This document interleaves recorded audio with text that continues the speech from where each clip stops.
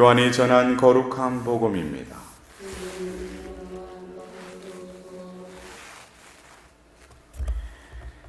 그때 예수님의 십자가 곁에는 그분의 어머니와 이모, 클로파스의 아내 마리아와 마리아 막달레나가 서 있었다. 예수님께서는 당신의 어머니와 그 곁에 선 사랑하시는 제자를 보시고 어머니에게 말씀하셨다. 여인이시여, 이 사람이 어머니의 아들입니다. 이어서 그 제자에게 이분이 내 어머니시다 하고 말씀하셨다.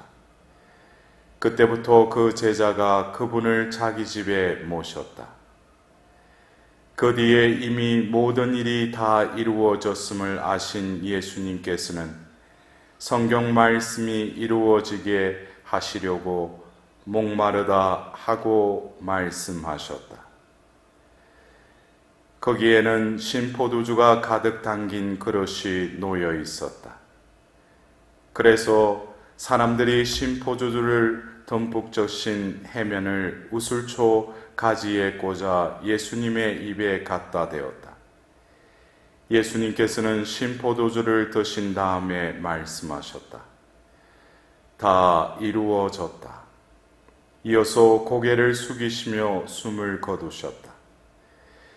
그날은 준비일이었고 이튿날 안식일은 큰 축일이었으므로 유다인들은 안식일에 시신이 십자가에 매달려 있지 않게 하려고 십자가에 못 박힌 이들의 다리를 부러뜨리고 시신을 치우게 하라고 빌라도에게 요청하였다. 그리하여 군사들이 가서 예수님과 함께 십자가에 못 박힌 첫째 사람과 또 다른 사람의 다리를 부러뜨렸다.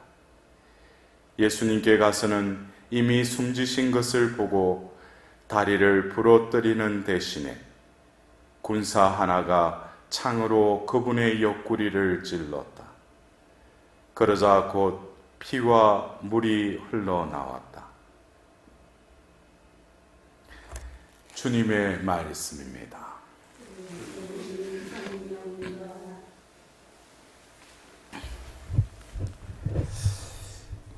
우리는 오늘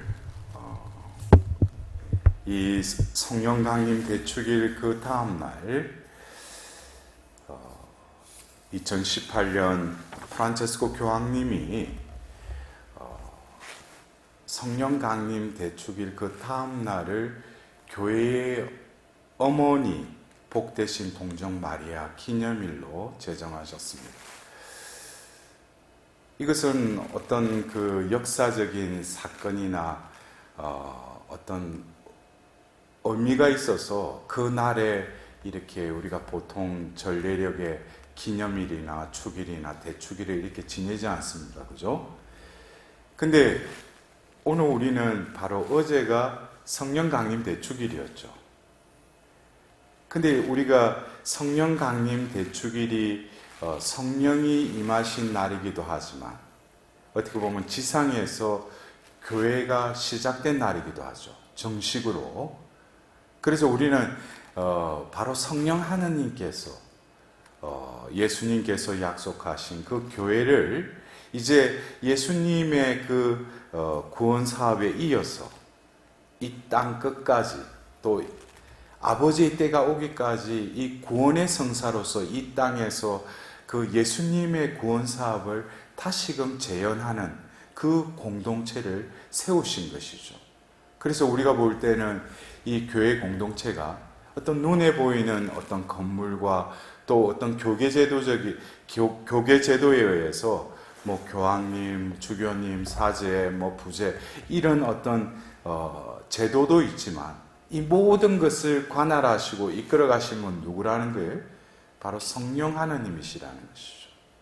그래서 바로 우리가 어제 대축일로 지낸 이 성령 강림 대축일과 그 다음날 이 교회의 어머니 복되신 동정 마리아 기념일은 아주 밀접한 관계가 있다는 거예요. 그냥 우리가 성모님의 호칭 기도에 보면은 교회의 어머니라는 또 호칭도 붙이지 않습니까? 그죠? 그러나 이것은 다시금 이 마리아의 그 역할뿐만 아니라 지금 또 이 교회 안에서 우리가 성모님께 기도를 한다는 것은 또 성모님께도 기도하지만 우리 교회에 속한 자로서 교회의 어머니께 우리의 기원을 아뢰는 것이기도 하죠. 그렇다면 우리가 오늘 이 교회의 어머니 복되신 동정 마리아 기념일을 맞이해서 오늘 우리는 일독서의 바로 이 원죄 사건을 또 들었습니다.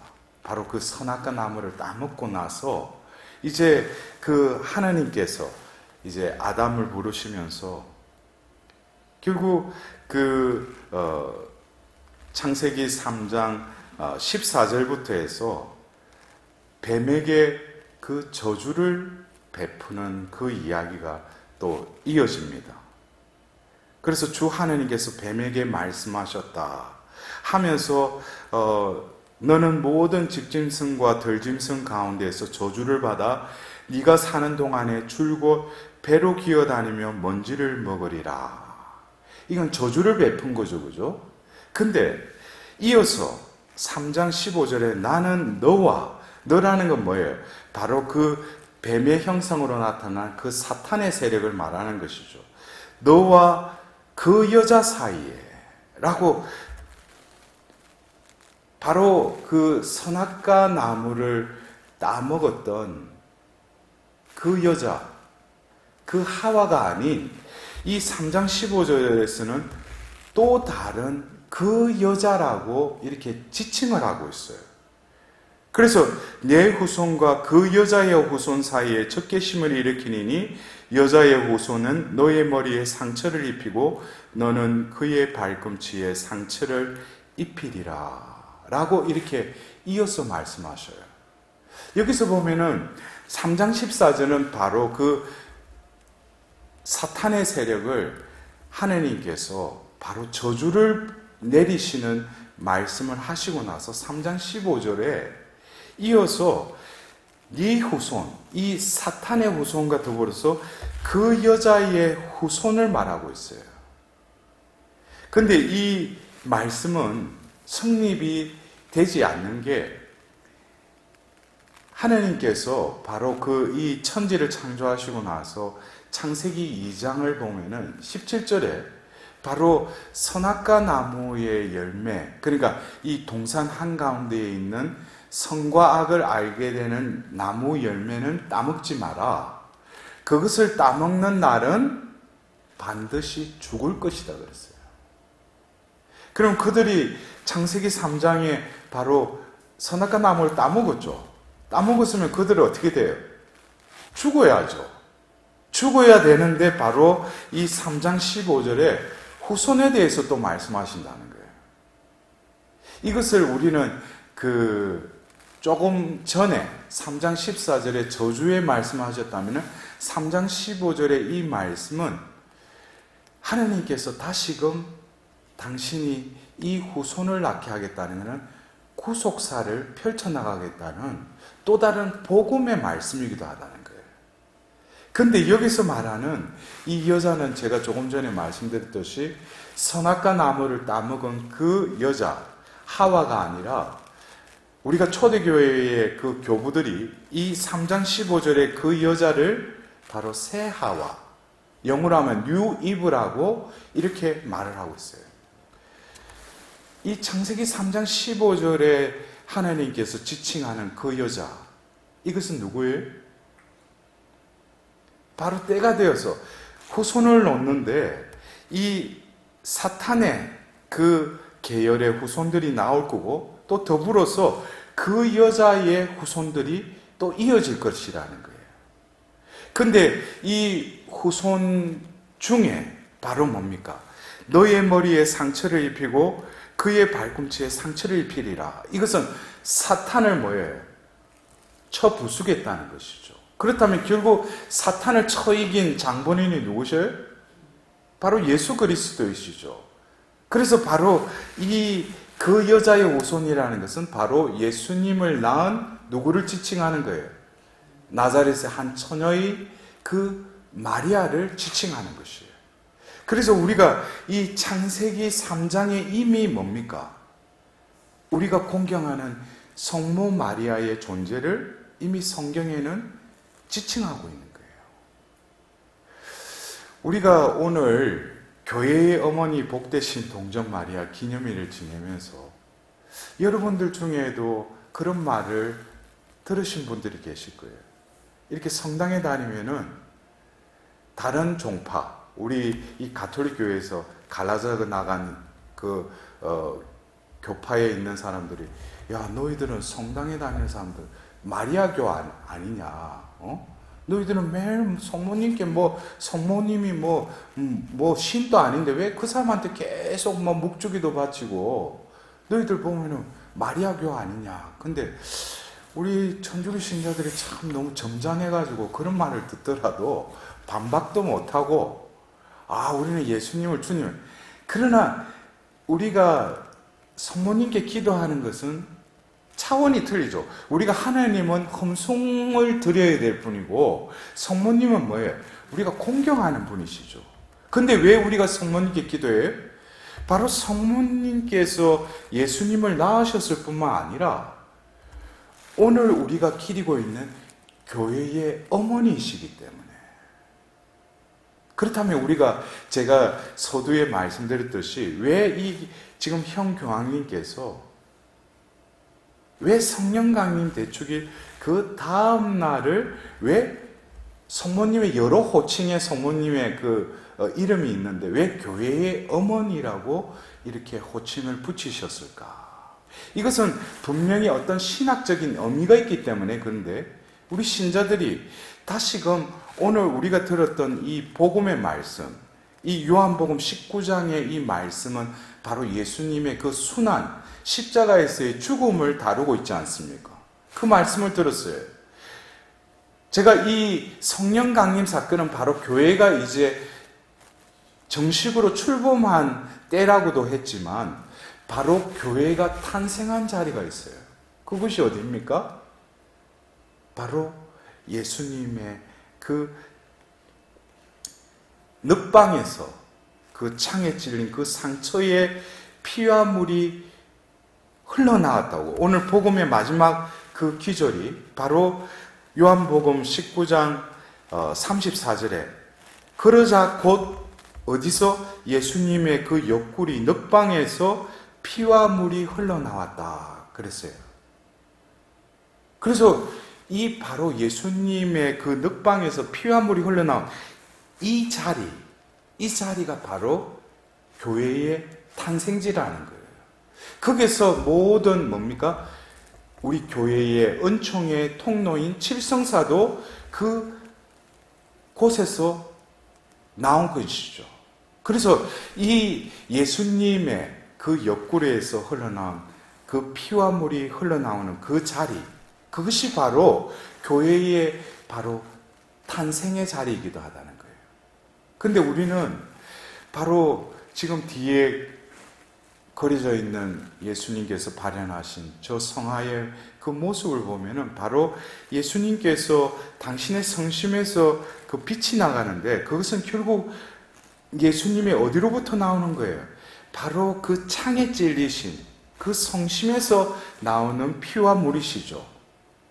그래서 바로 이것을 바로 예수님께서 이 바로 십자가 상에서 바로 옆구리에 찔리셔서 바로 그 상처로부터 피와 물이 흐르면서 이 교회가 탄생되었고 더불어서 예수님께서 죄와 죽음의 세계, 바로 그 사탄의 세력을 처 이기시기 위해 예수님께서 바로 피와 물을 흘리신 것은 바로 무엇을 베푸신 거예요? 자비를 베푸신 것이죠. 그래서 우리가 자비주일날 예수님께서 그들 가운데 나타나서 당신의 손과 옆구리를 보여주셨을 뿐만 아니라 옆구리도 보여주시죠. 옆구리도 보여주시고 이어서 요한복음 20장 22절에 숨을 내쉬면서 성령을 받아라 하고 말씀하시죠. 그러면서 바로 그 전절에 아버지께서 나를 보내신 것처럼 나도 너희를 세상에 보낸다라는 파견의 메시지를 주셔요. 결국 이 교회는 예수님이 바로 성부의 사도이셨다면 바로 이 교회가 이 지상에서 시작되면서 성령이 임하면서 이루어진 여러 가지 그 일 중에 하나가 뭡니까? 그들이 사도로 변화가 일어났다. 그래서 그 사도들을 이제는 뭡니까? 파견하시죠. 그래서 그들이 나아가서 어떻게 합니까? 복음을 전하게 되는 것입니다. 그렇다면은 예수님께서 바로 십자가상에서 그 물과 피를 흘리심은 바로 자비를 베푸신 것이고 그것이 그 제자들에게 전달이 된 것이 요한복음 20장 22절에 성령을 받아라 하셨는데 그 자리에는 10명의 제자밖에 없었죠. 그러나 예수님께서는 최후의 만찬 때 그 협조자 성령을 약속하시며 때가 되면은 그 성령이 너에게 오실 것이라고. 근데 그것이 언제 이루어졌어요? 바로 성령 강림 대축일에 오순절에 이루어졌죠. 근데 오늘 우리가 또 기리는 교회의 어머니 동정 마리아 기념일과 더불어서 이 성령 강림 대축일 전날이 우리가 그저께도 오늘 우리 이 성전에서 바로 사도들의 모후 또 행사를 했어요. 왜? 이 사도들의 모후 성모님은 바로 그 세나클 이청방에서 예수님께서 성천하시고 나서 이제 성령이 오시면 너희는 정인이 될 것이라는 그 약속과 함께 예수님께서 하늘로 오르시고 나서 바로 오순절을 기다리면서 9일 동안 기도하는 그 자리에 성모님께서 함께 계셨다는 거예요. 그것이 바로 사도행전 1장 14절에 예수의 어머니라고 성경에 나와 있어요. 그 성모님을 바로 우리 교회에서는 사도들의 모후라고 또 호칭을 붙이는 거예요. 그렇다면 바로 이 성령 강림 대축일 바로 전날 우리는 사도들의 모후 성모님 기념일을 또 지냈죠. 그리고 어제 우리는 성령 강림 대축일을 지내고 오늘 또 뭐를 지내는 거예요? 교회의 어머니이신 동정 마리아 기념일을 지내죠. 그렇다면은 성령 강림 대축일 전후에 무슨 기념일이 배치되어 있어요? 바로 성모님의 기념일이 앞뒤로 배치되어 있다는 거예요. 이것은 바로 성모님이 바로 사도들의 모후로서 성령의 정배로서 바로 그 성령이 그들에게 이제 온전히 임할 수 있도록 산파의 역할을 하신 것이 바로 사도들의 모후이시라면 바로 성령 강림으로 교회가 시작되면서 이제 성모님은 바로 뭡니까? 바로 이 교회와 함께 그 어머니로서 아버지의 때가 오기까지 성모님은 이 교회와 함께 성령의 정배로서 또 어떻게 당신의 자녀들을 바로 그 사탄의 그 소나기에서 보호해 주실 뿐만 아니라 그것이 결국 성경의 마지막 건 요한복음록 12장에 보면은 12개 별을 쓴 그 태양의 여인에 대해서 묵시록 12장에 나오죠. 그 묵시록 12장에 바로 그 여자의 나머지 후손들이라는 말이 나와요. 이것이 바로 결국 이 창세기 3장 15절에 그 여자의 후손과 바로 묵시록 12장에 나오는 그 여자의 나머지 후손들, 이것이 뭡니까? 바로 이 성경의 역사가 제일 첫 건에 바로 그 여자에 대해서 하나님은 이미 지목하셨고 때가 되어서 바로 그 루카복음 1장에 나자렛 여인이 등장하고 더불어서 요한묵시록 12장에 뭐예요? 그 여자의 후손은 계속 뭡니까? 이어지고 있다는 거예요. 그래서 이 성경의 전체의 성부, 성자, 성령의 그 하나님의 구원 경륜은 결국 어느 여인을 통해서 이어지고 있어요? 바로 이 마리아의 그 중재에 의해서 이 구원의 그 업적은 흘러가고 있다는 거예요. 그렇다면 우리가 오늘 이 교회의 어머니이신 동정 마리아, 이것을 그냥 우리는 그냥 성모님이 교회의 어머니시다, 이렇게 단편적으로 이해할 것이 아니라 구원의 역사에 있어서 이 여인을 하나님께서는 특별히 안배하셨고, 그리고 우리가 성모님의 믿을 교리에 있어서 뭡니까? 태어날 때부터 원죄에 물들지 않은, 원죄 없으신 그 유일한 존재로 하나님은 또 창조를 하셨다는 거예요. 왜 그래?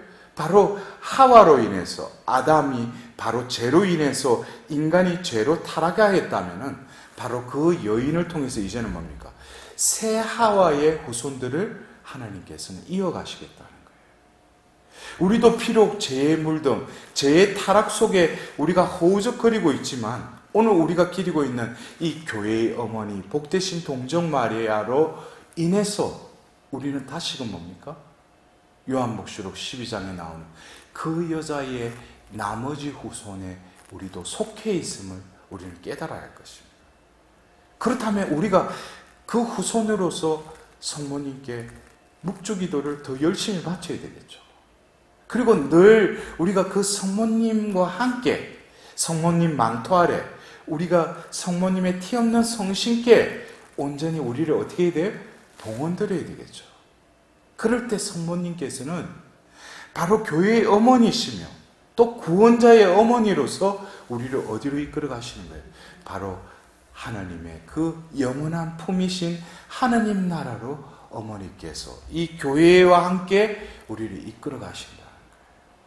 여러분들, 이제 그 다른 종파에서 너희들 성당에 왜 성모님한테만 기도하느냐 하면은, 오늘 제가 했던 강론을 귀담아 듣고 바로 성경의 모든 이 역사는 이 여인으로 시작해서 이 여인으로 끝맺히는 그 성경의 그 대목들을 여러분들이 정확하게 그들에게 말씀해 주십시오.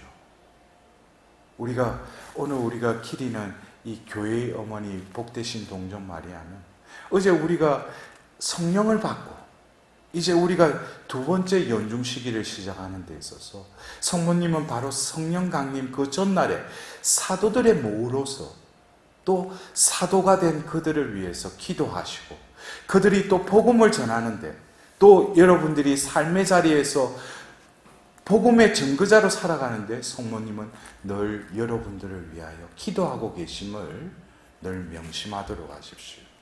우리가 전구만 해드리는 그 어머니가 아니라 어머니께서는 바로 우리와 함께 계시고 우리를 위해서 기도하고 있으심을 우리는 오늘 이 기념일을 지내면서 명심해야 할 것입니다.